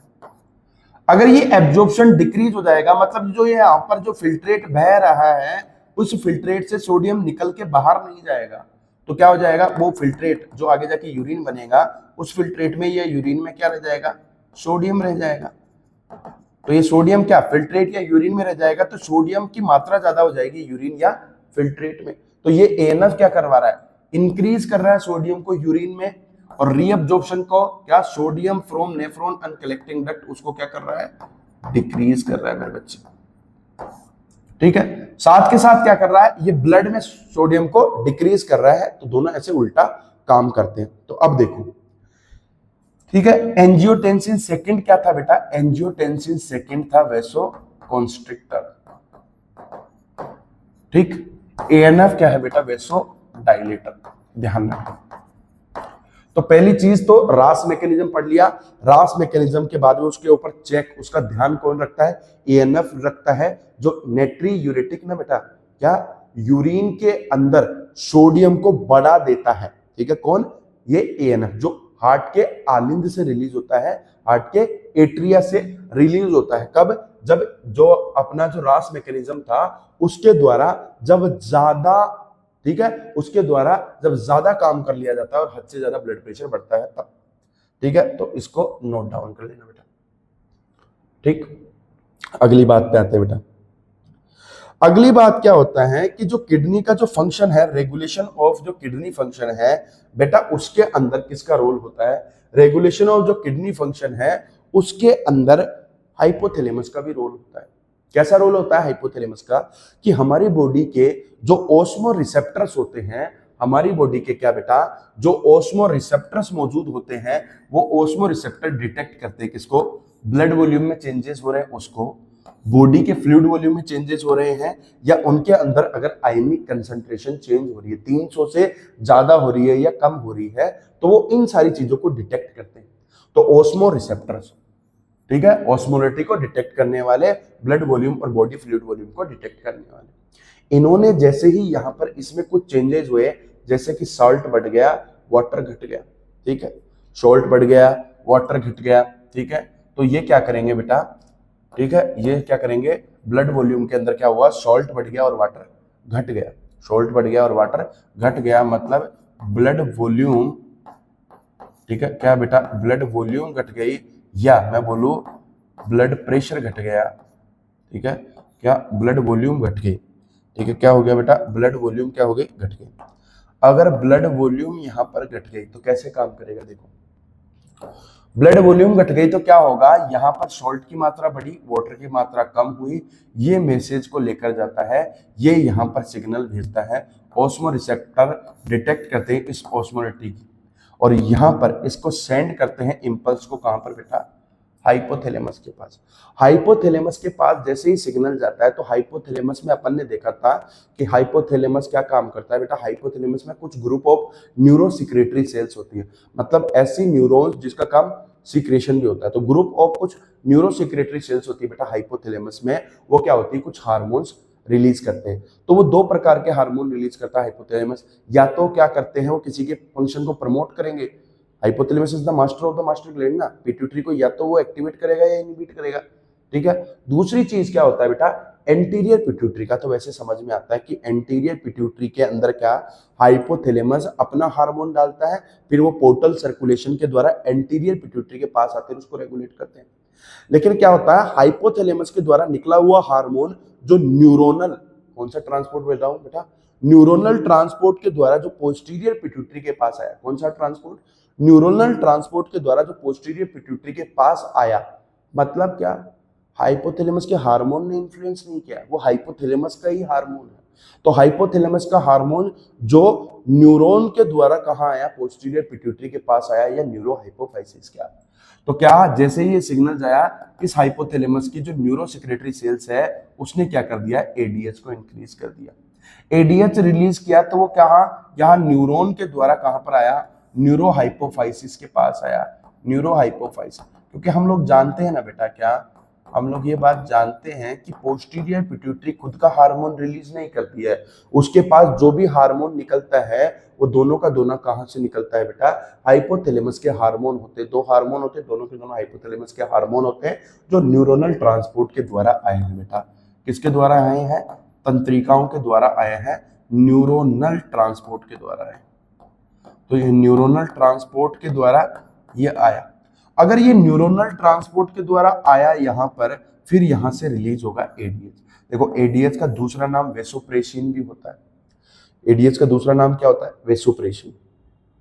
दूसरी बात, तो ये एडीएच क्या होता है बेटा, ठीक है, कलेक्टिंग डक्ट और डीसीटी पर काम करता है, और वहां से जो वाटर का क्या करवाता है, एब्जॉर्प्शन। मैंने बताया था ना, कलेक्टिंग डक्ट से, और जो डीसीटी वाला भाग है ना, उसे डीसीटी वाले भाग से वाटर का एब्जॉर्प्शन कैसा होता था? कंडीशनल रीअब्जॉर्प्शन होता था ना बेटा, कंडीशनल रीअब्जॉर्प्शन हो रहा था, शर्तनुमा हो रहा था। तो वो कैसे हो गया? एडीएच हार्मोन के इन्फ्लुएंस में, कि एडीएच हार्मोन आया, उसने काम किया इन पर, और यहां से क्या, वाटर का एब्जॉर्प्शन करवाया।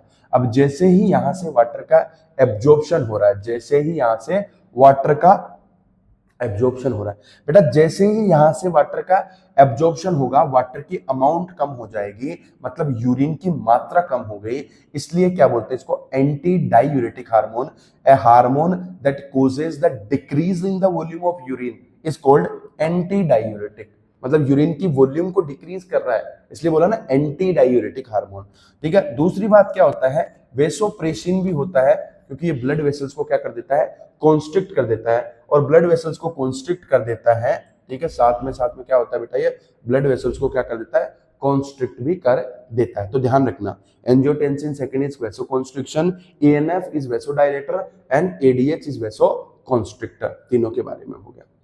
दूसरी बात क्या होता है बेटा, जैसे ही ये आया, अब वाटर का रीअब्जॉर्प्शन ज्यादा हुआ, वाटर का रीअब्जॉर्प्शन ज्यादा हुआ तो वाटर की मात्रा बढ़ जाएगी, तो साल्ट की कंपैरेटिवली कम हो जाएगी, तो जो ऑस्मोलिटी पहले बढ़ी थी वो ऑस्मोलिटी क्या हो जाएगी बेटा, कम हो जाएगी। दूसरी बात क्या है कि जो एडीएच का जो रिलीज है बेटा, ये समर में ज्यादा होता है। एडीएच का रिलीज समर में ज्यादा होता है, क्योंकि समर में क्या है, बॉडी से वाटर लॉस ज्यादा हो गया है, पसीने के कारण बॉडी से वाटर लॉस ज्यादा हो गया। अगर बॉडी से वाटर लॉस ज्यादा हो गया तो बॉडी फ्लूइड वॉल्यूम क्या हो गई, कम।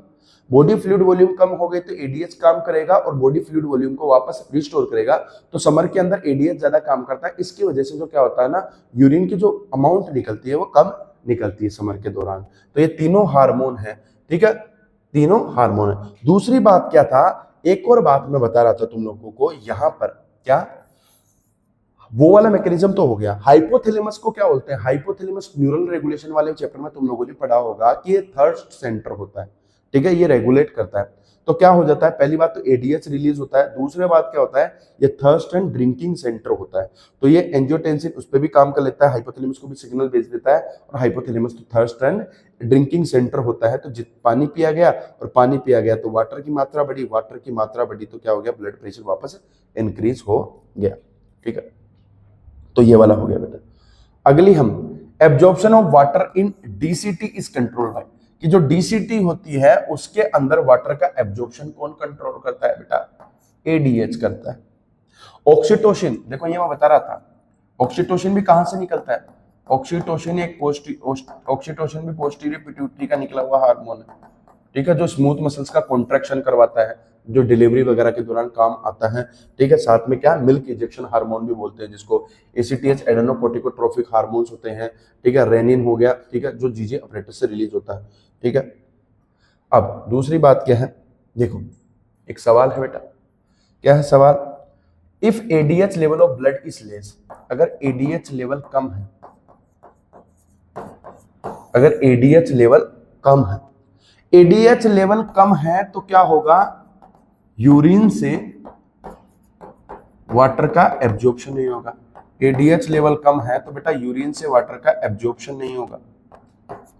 अगर यूरिन से वाटर का एब्जॉर्प्शन नहीं होगा, यूरिन से वाटर का एब्जॉर्प्शन नहीं होगा तो क्या होगा, यूरिन की जो मात्रा है, यूरिन की जो अमाउंट है, यूरिन की जो मात्रा है बेटा वो क्या हो जाएगी, बढ़ जाएगी। मतलब क्या हो जाएगा, यूरिन क्या हो जाएगा, डाइल्यूट हो जाएगा। कैसा हो जाएगा बेटा, वॉल्यूम ऑफ यूरिन क्या हो जाएगी, इंक्रीज हो जाएगी, यूरिन कैसा हो जाएगा, डाइल्यूट हो जाएगा। अगला सवाल, अगला जो हम लोग टॉपिक पढ़ेंगे बेटा वो है मिक्चुरेशन। मिक्चुरेशन के अंदर देखो, तुम्हारी एनसीईआरटी में नहीं दे रखा, मैं दो बातें ऐसे ही बता रहा हूं। क्या बता रहा हूं बेटा, पहली बात तो जो मिक्चुरेशन रिफ्लेक्स है वो सिर्फ वॉलेंट्री नहीं है, वॉलेंट्री प्लस इनवॉलेंट्री दोनों है। दूसरी बात क्या होता है, मिक्चुरेशन रिफ्लेक्स को या मिक्चुरेशन को रेगुलेट करने में स्पाइनल कॉर्ड का भी रोल होता है। ठीक है, पुडेंडल नर्व वगैरह से, वो तुम्हारे सिलेबस में नहीं है पर मैं बता दे रहा हूं कि मिक्चुरेशन क्या होता है। जो मिक्चुरेशन होता है वो सिर्फ वॉलेंट्री नहीं होता, वॉलेंट्री प्लस इनवॉलेंट्री दोनों होता है, साथ के साथ स्पाइनल कॉर्ड का भी उसका रोल होता है। ये दो एक्स्ट्रा पॉइंट याद रखना। अब देखो मिक्चुरेशन का मतलब क्या है, मिक्चुरेशन रिफ्लेक्स का मतलब क्या है। मिक्चुरेशन का मतलब क्या है, द एक्ट ऑफ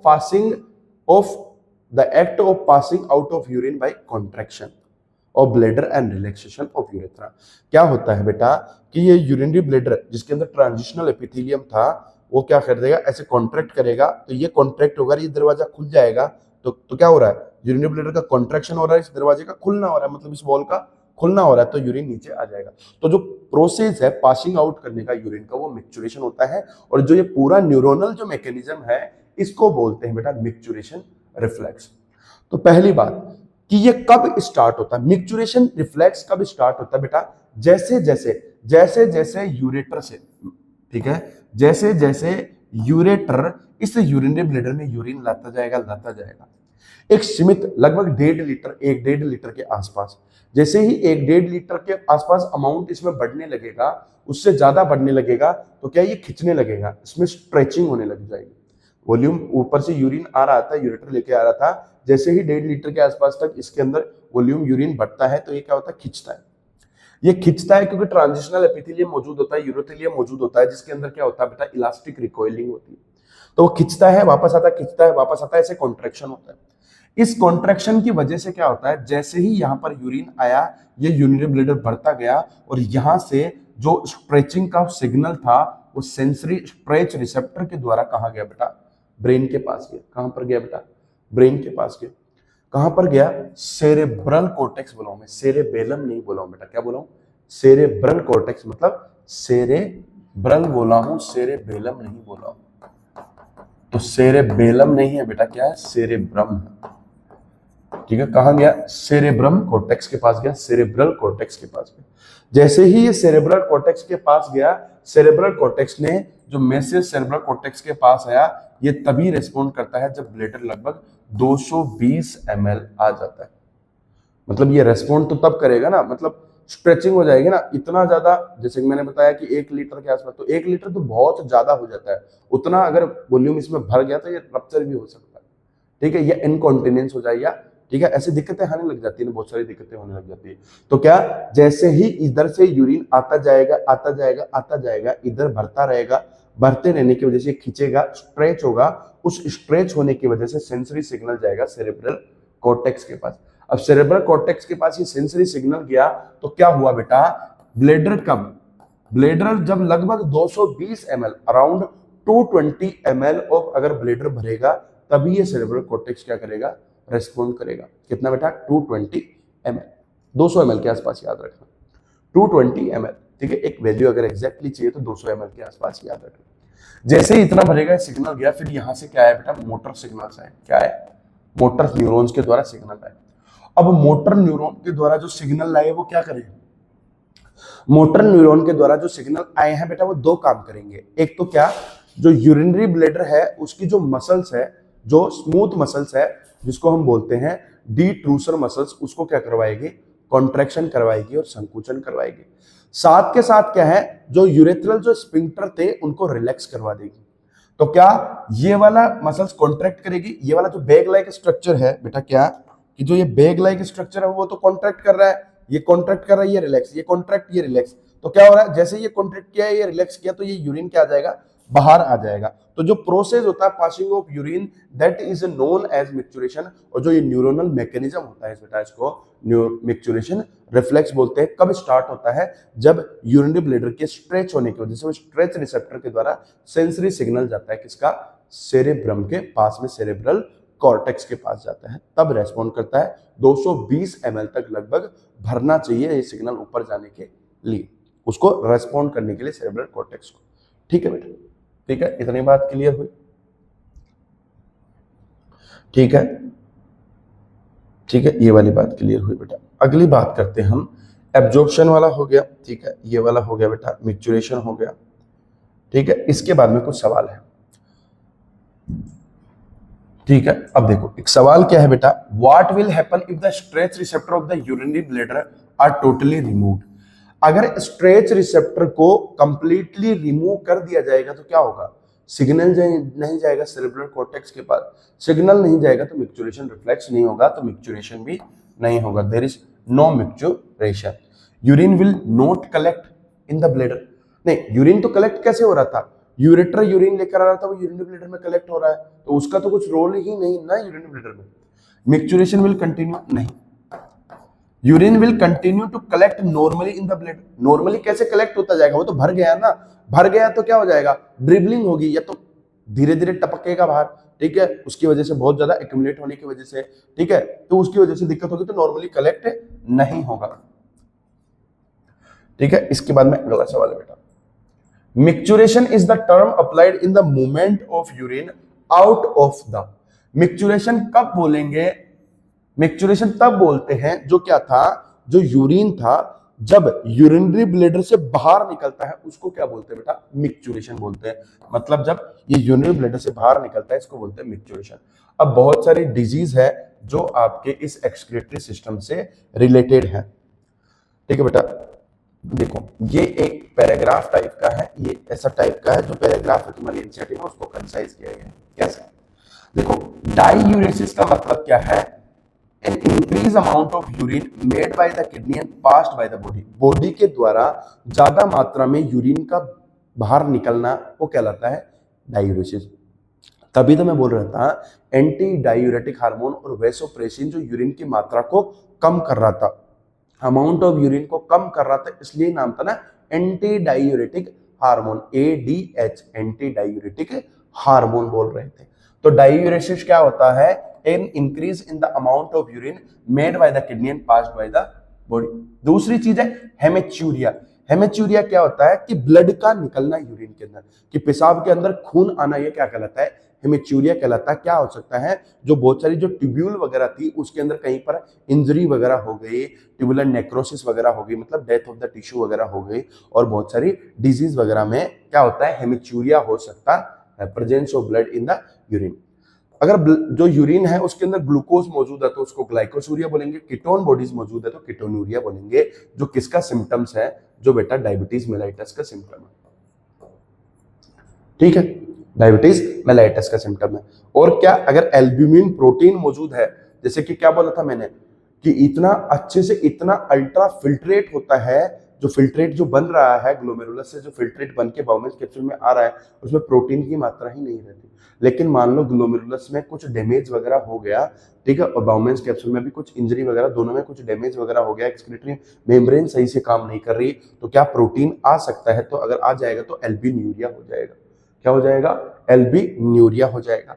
ठीक है, दूसरी चीज प्रोटीन का आना, प्रोटीनयूरिया हो जाएगा। पोलीयूरिया का मतलब क्या? ज्यादा यूरिन का बनना, पोलीयूरिया हो जाता है। ओलिगोयूरिया का मतलब कम यूरिन बनना, देखो एन यूरिया का मतलब नो यूरिन प्रोडक्शन। रीनल कैलिकुलाई, कैलिकुलाई का मतलब क्या है? किडनी है, जो तुम लोगों ने नाम सुना है कि किडनी स्टोन्स वगैरह, तो रीनल जो कैलिकुलाई है बेटा क्या होता है? रीनल कैलिकुलाई में क्या? स्टोन का फॉर्मेशन होना, स्टोन, या उसको बोल सकता है वो बेटा क्या? ठीक है, नॉट सोल्यूबल क्रिस्टल्स, स्टोन या नॉन सोल्यूबल या नॉट सोल्यूबल क्रिस्टल्स का फॉर्मेशन होना। ठीक है, नॉन सोल्यूबल क्रिस्टल्स का फॉर्मेशन होना। क्या? नॉन सोल्यूबल क्रिस्टल्स का फॉर्मेशन होना। ठीक है, तो ये चीज है। तो रीनल कैलकुलाई का मतलब स्टोन्स का फॉर्मेशन होना या कैलकुलाई का फॉर्मेशन होना, जो कैल्शियम फॉस्फेट के बने हुए हो सकते हैं, यूरिक एसिड के बने हो सकते हैं, सिस्टीन और कैल्शियम ऑक्सिलेट के बने हो सकते हैं। तुम्हारी एनसीईआरटी में ऑक्सिलेट दे रखा है। दूसरी चीज क्या? अगर ग्लोमेरुलस की सोथ हो जाती है, इन्फ्लामेशन हो जाता है, तो ग्लोमेरुलोनेफ्राइटिस। अगर किडनी प्रॉपर, ठीक है, एक्सक्रीशन वगैरह नहीं कर रही है, एक्यूट और क्रोनिक रीनल फेलियर होता है। उसके कुछ कुछ क्राइटेरिया होते हैं, बेसलाइन से कितना सीरम क्रिएटिन बढ़ा, 48 घंटे में कितना बढ़ा, ठीक है, और कितना 7 दिन में कितना बढ़ा, ऐसे कुछ क्राइटेरिया वगैरह होता है। ठीक है, तो रीनल फेलियर होता है। अगर प्रेजेंस ऑफ एक्सेस यूरिन, ठीक है, अगर ज्यादा यूरिया मौजूद हो ब्लड के अंदर तो उसको बोलते हैं यूरेमिया। क्या बोलते हैं उसको? यूरेमिया बोलते हैं बेटा। ठीक, अब देखो क्या है रीनल फेलियर। क्या है रीनल फेलियर? क्या है बेटा रीनल फेलियर? क्या है renal failure? Is a syndrome जो कैरेक्टराइज्ड किया जा रहा है किडनी के डिसफंक्शन के द्वारा। या तो oliguria, come production of urine हो सकता है, एब्सेंट हो सकता है, और मेटाबॉलिक वेस्ट का बॉडी के अंदर बढ़ जाने की वजह से ये यूरिया और क्रिएटिन, ठीक है, अगर यूरिया बढ़े तो यूरेमिया हो जाने की वजह से ये एक्यूट अचानक से हो सकती है, और क्रोनिक बेटा धीरे धीरे हो सकती है। तो उसके लिए हम दो ट्रीटमेंट मोडेलिटीज यूज करते हैं, एक हीमोडायलिसिस और किडनी ट्रांसप्लांट। देखो हीमोडायलिसिस बार बार करवाना पड़ता है, ठीक है, तो हीमोडायलिसिस और जो आर्टिफिशियल किडनी हम लोग यूज करते हैं वो परमानेंट ट्रीटमेंट नहीं है। रीनल फेलियर के लिए जो डेफिनेटिव ट्रीटमेंट है और जो ट्रीटमेंट रहेगा, फाइनल जो ट्रीटमेंट रहेगा, जो परमानेंट ट्रीटमेंट है, वो क्या है बेटा? Kidney transplantation. अब किडनी ट्रांसप्लांटेशन में क्या होता है कि जो ज्यादा क्लोजली रिलेटिव है, जैसे मोनोजाइगोटिक ट्विंस वगैरह है, जितनी ज्यादा, क्योंकि ग्राफ्ट रिजेक्शन के चांसेस होते हैं सेल मीडिएटेड इम्यूनिटी की वजह से, ठीक है। तो क्या हो जाता है कि जितने ज्यादा क्लोज रिलेटिव है, जितने ज्यादा रिलेटिव्स है, उनके अंदर मैचिंग की ज्यादा प्रोबेबिलिटी होती है। तो किडनी ट्रांसप्लांटेशन इसमें अल्टीमेट चॉइस, ठीक है। अब क्या होता है बेटा, हीमोडायलिसिस के बारे में बात करते हैं कि किडनी ट्रांसप्लांट नहीं करवा रहे, पेलिएटिव ट्रीटमेंट करवा रहे हैं, तो क्या है हीमोडायलिसिस।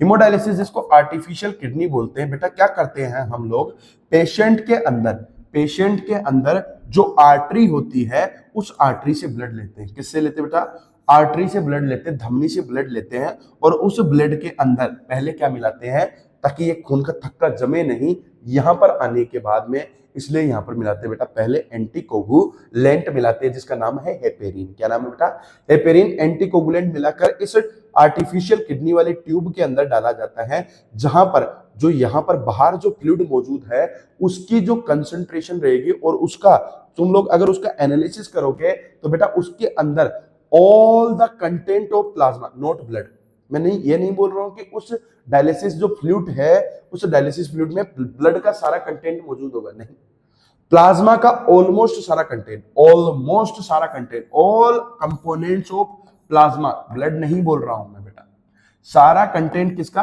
प्लाज्मा का रहेगा, किसको छोड़ के, नाइट्रोजिनस वेस्ट को छोड़ के। कि नाइट्रोजन, क्योंकि नाइट्रोजनस वेस्ट तो यूरेमिया के अंदर बॉडी में एक्यूमुलेट है ना बहुत सारा, तो क्या कर रहा, अपन ने यहाँ आर्टरी से लिया एंटीकोगुलेंट, इसके अंदर मिलाया, ठीक है। मिलाने के बाद में इस ट्यूब में डाला गया, इस ट्यूब का नाम है बेटा सेलोफेन मेम्ब्रेन। इस ट्यूब का नाम क्या है मेरे बच्चे, सेलोफेन मेम्ब्रेन। क्या नाम है इस ट्यूब का, सेलोफेन मेम्ब्रेन। जो छिद्रित होती है, पोरस होती है, इसमें छेद मौजूद होते हैं, और ये कोइल्ड होती है, ऐसे कुंडलित होती है, ऐसे घुमावदार होती है।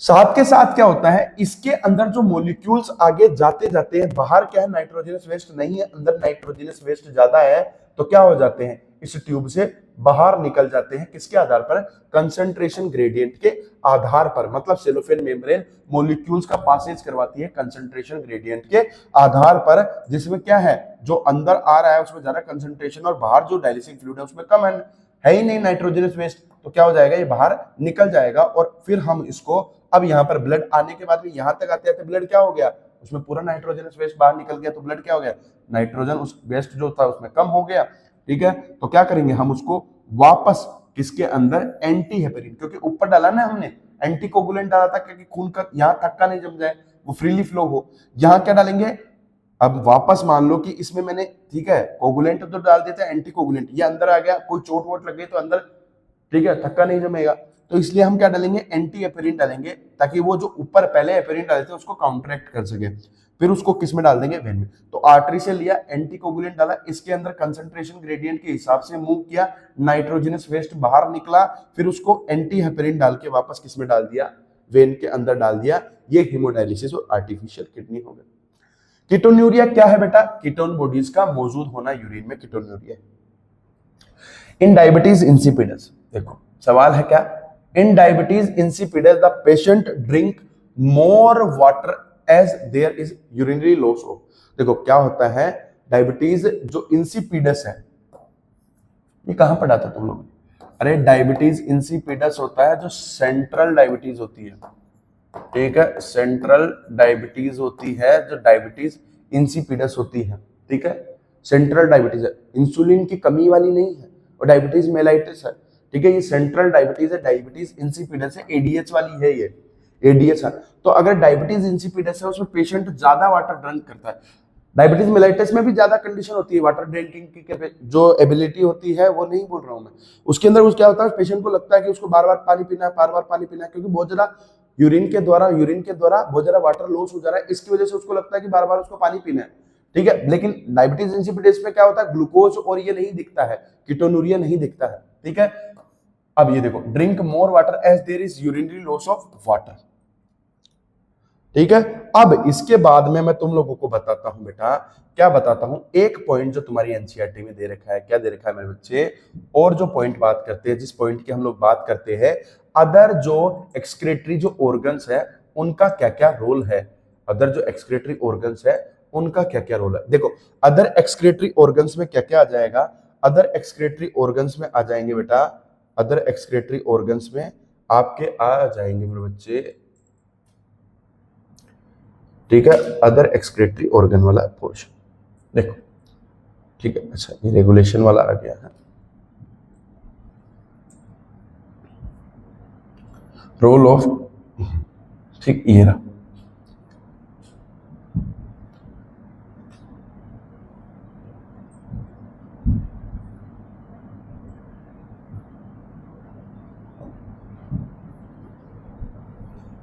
देखो ये है बेटा, क्या अदर देन किडनीज, किडनीज के अलावा कौन, बेटा क्या बोल रहा है कि किडनीज के अलावा लंग्स, लीवर एंड स्किन भी क्या करती है, एलिमिनेशन ऑफ एक्सक्रीटरी वेस्ट के अंदर हेल्प करती है। कैसे? जो लंग्स होते हैं ना बेटा, 1 मिनट के अंदर, ध्यान रखना कितना, 1 मिनट के अंदर अराउंड 200 ml पर मिनट कार्बन डाइऑक्साइड रिलीज कर देते हैं, मतलब लार्ज अमाउंट में कार्बन डाइऑक्साइड। तो क्या बोल रहे हैं कि जो लंग्स हैं, क्या बेटा, कि जो लंग्स है CO2 निकालते हैं, कितना, 200 ml पर मिनट CO2 निकालता है, ठीक है, लार्ज अमाउंट में CO2 पास आउट करा है। दूसरी बात क्या होता है बेटा, लंग्स से एक सिग्निफिकेंट मात्रा के अंदर, क्या, लंग्स से एक सिग्निफिकेंट मात्रा में क्या होता है, पानी भी बाहर निकलता है। तो दे रखा क्या, and also significant quantities of water every day. दूसरी बात, लीवर जो हमारी बॉडी के लिए क्या होता है, लीवर जो हमारी बॉडी का क्या है, लार्जेस्ट ग्लैंड है, वो सीक्रेट करता है बाइल को। बाइल देखो लीवर में बनता है, ठीक है, बाइल लीवर में बनता है, लेकिन कंसंट्रेटेड कहां होता है, गॉल ब्लैडर में होता है। तो बाइल जो सीक्रेट कर रहा है, बाइल कंटेनिंग बाइल सीक्रेट कर रहा है, उसमें बिलीरुबिन होता है, बिलीवर्डिन होता है, जो क्या होते हैं, हीमोग्लोबिन के डिग्रेडेड प्रोडक्ट्स होते हैं, कोलेस्ट्रॉल होता है। बिलीरुबिन और बिलीवर्डिन के जमा होने की वजह से ही तो स्किन का कलर कैसा हो जाता है, येलो हो जाता है ना, एक टेरस बोलते हैं जिसको, और जॉन्डिस बोलते हैं, ठीक है। तो वो होता है बिलीरुबिन, ठीक है, या बिलीवर्डिन, जो डिग्रेडेड प्रोडक्ट्स है हीमोग्लोबिन के, और जिसका जमा होने की वजह से पीलिया, ठीक है। दूसरी बात, कोलेस्ट्रॉल भी रिलीज होता है, बहुत सारे डिग्रेडेड स्टेरॉइड हार्मोन्स, विटामिन और ड्रग। देखो क्या होता है, ड्रग्स का मेटाबॉलिज्म जब देखा जाता है तो या कुछ ज्यादातर ड्रग्स या तो लिवर में मेटाबॉलिज्म करती है, या उसका जो फाइनल डाइजेशन वगैरह होता है, या फिर किडनी में होता है। यहाँ पर बहुत सारे ड्रग, तो ध्यान रखना क्या, बाइल के अंदर रिलीज होंगे। लीवर क्या करेगा, लार्जेस्ट जो, ठीक है, ग्लैंड है, जो क्या रिलीज कर रहा है, सीक्रेट कर रहा है बाइल के अंदर क्या क्या, bilirubin, biliverdin, cholesterol, degraded steroid hormones, vitamin और drug. Most of these substance ultimately pass out along with digestive waste के साथ पास आउट हो जाते हैं अल्टीमेटली। देखो अब देखो, स्वीट और जो सिबेशियस जो ग्लैंड्स होती है स्किन के अंदर, तो क्या होता है बेटा, जो स्किन के अंदर जो स्वेट, जो पसीना प्रोड्यूस हो रहा है, उसका पहला काम तो क्या है बेटा, प्राइमरी काम तो क्या है, बॉडी को कूलिंग फैसिलिटेट करना। कि जैसे ही क्या होता है, गर्मी लग रही है तो पसीना निकलता है, ताकि जो ऊपर वाली स्किन है, ठीक है, जिसमें ज्यादा टेम्परेचर हो गया, तो जो गर्मी हो गया है उसको रिलीव करने के लिए क्या प्राइमरी फंक्शन होता है स्वेट का, क्या करना बेटा, कूलिंग प्रोवाइड करना, ठीक है, ऑन द बॉडी सरफेस। दूसरी चीज क्या होता है, जो ये स्वेट होता है उसके अंदर क्या होता है, वाटरी फ्लूइड होता है। स्वेट क्या होता है, जो पसीना है पानी का जैसा है, जिसमें NaCl होता है, और देखो ये वाला बात, स्मॉल अमाउंट में उसमें यूरिया होता है, और ये याद रखना लैक्टिक एसिड भी होता है। तो क्या NaCl निकलता है, स्मॉल अमाउंट ऑफ यूरिया और लैक्टिक एसिड बाहर निकलता है, किसके द्वारा बेटा, स्वेट के अंदर, पसीने के अंदर। तीसरी चीज क्या है बेटा, क्या, सीबेशियस ग्लैंड। सीबेशियस ग्लैंड क्या निकलती है, सीबम रिलीज करती है। सीबेशियस ग्लैंड का जो सीक्रेशन होता है उसको सीबम बोलते हैं, स्वेट ग्लैंड वाले को स्वेट बोलेंगे, पसीना बोलते हैं। सीबेशियस ग्लैंड जो सीक्रेट करती है उसको सीबम बोलते हैं, जिसके अंदर क्या क्या मटेरियल निकलते हैं, स्टेरोल्स निकलते हैं, हाइड्रोकार्बन्स होता है बेटा, और बहुत सारी वैक्स वगैरह निकलती है, जो क्या करवाती है, बॉडी के सरफेस पर एक प्रोटेक्टिव ऑयली कवरिंग बना लेती है। क्या कर लेती है बेटा, provides a protective oily covering for the skin, ठीक है। तो ये क्या होता है, स्किन के द्वारा कौन, स्वेट और सीबम काम कर रहा है, रिलीज हो रहा है। सीबेशियस ग्लैंड सीबम रिलीज कर रहा है, जो प्रोटेक्टिव ऑयली कवरिंग के तरह एक्ट करता है, ठीक है। स्वेट का प्राइमरी काम क्या है, कूलिंग प्रोवाइड करना, NaCl रहता है, उसमें यूरिया होता है और लैक्टिक एसिड होती है, ठीक है। अब एक और सवाल दे रखा है, do you know that small amount of nitrogenous waste could be eliminated through saliva too, yes. तो इसको भी याद रखना। तो हम लोगों ने आज ये पूरा चैप्टर कंप्लीट कर दिया है बेटा। आगे हम दूसरा चैप्टर कंटिन्यू करेंगे। अभिनव कोचिंग के यूट्यूब चैनल के साथ आप जुड़े रहिए और लगातार मेहनत करते रहिए। Thank you for the